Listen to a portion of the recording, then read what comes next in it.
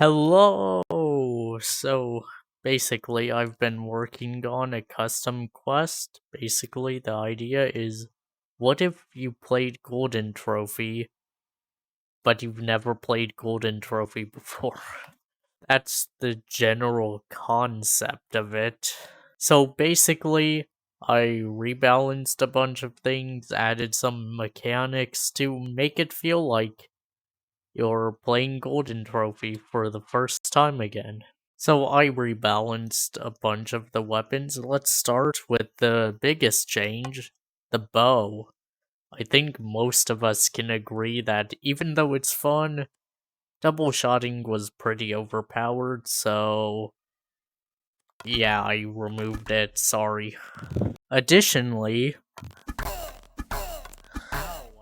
its damage is cut in half, so because you can get pretty fast at shooting this thing.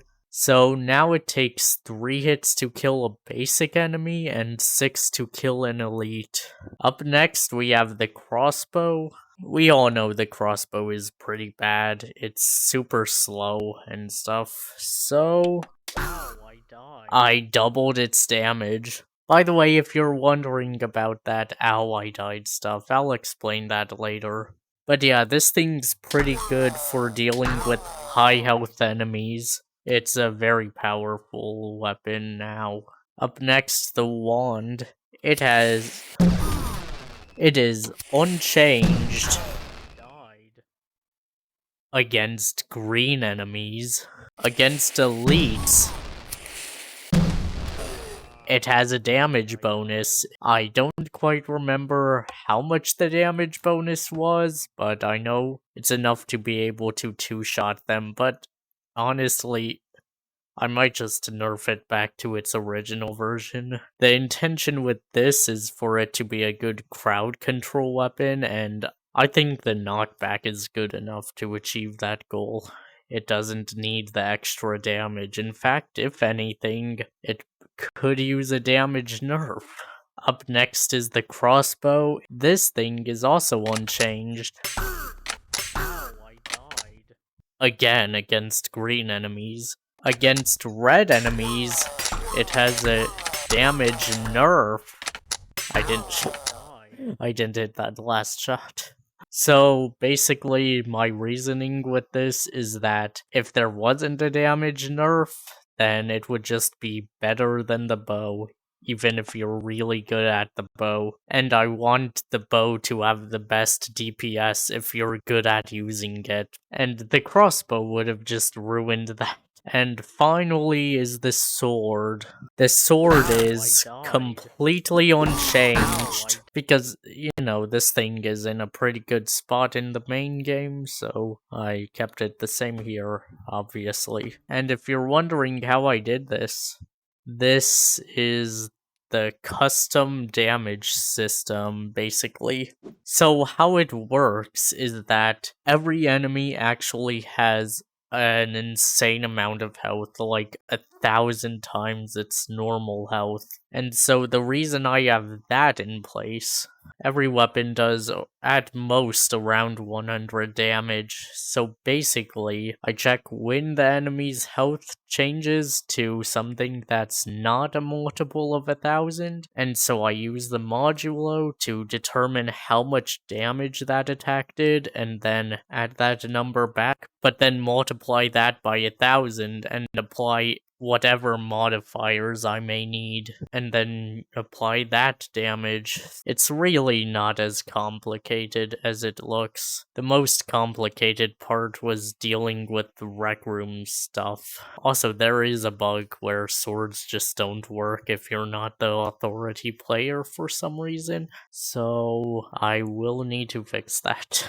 And the reason enemies are like, ow, I died, is because when an enemy dies by its health getting set to 0, it doesn't play its death sound. I don't know if that's a rec room bug or what. Well, it probably is a rec room bug.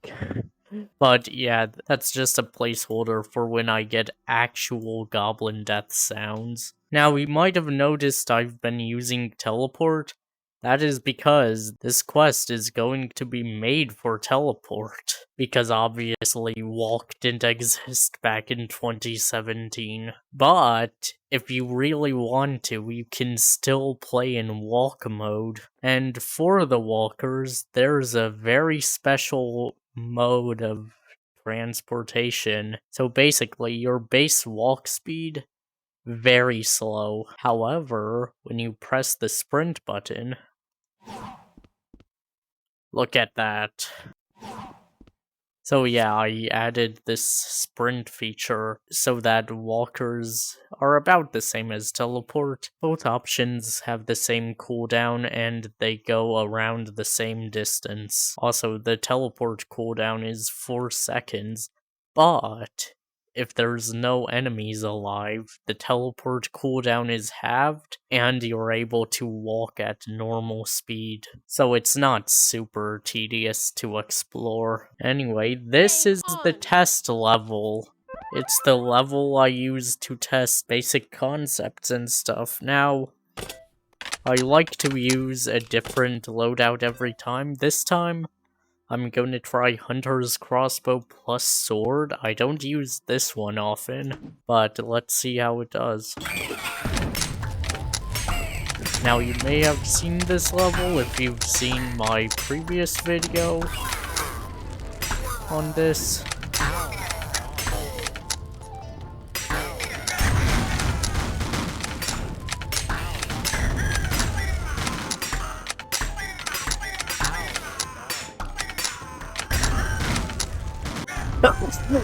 Ah!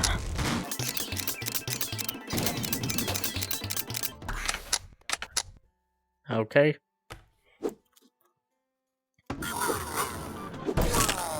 I just hit something. Okay.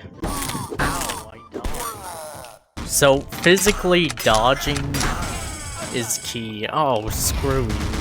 Physically dodging and taking cover. This is quite the difficult quest to solo. I'm just gonna use my old reliable loadout, the wand and the sword.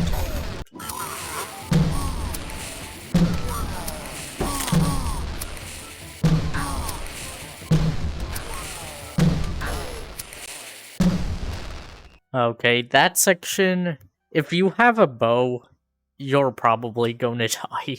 Unless you're really good with it. So this is what I call the claustrophobic tower.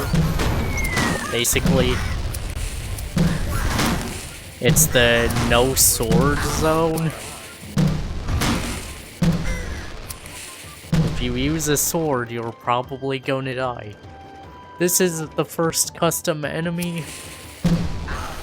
It's supposed to just bomb you from above, but it's not doing that, obviously. I don't know why.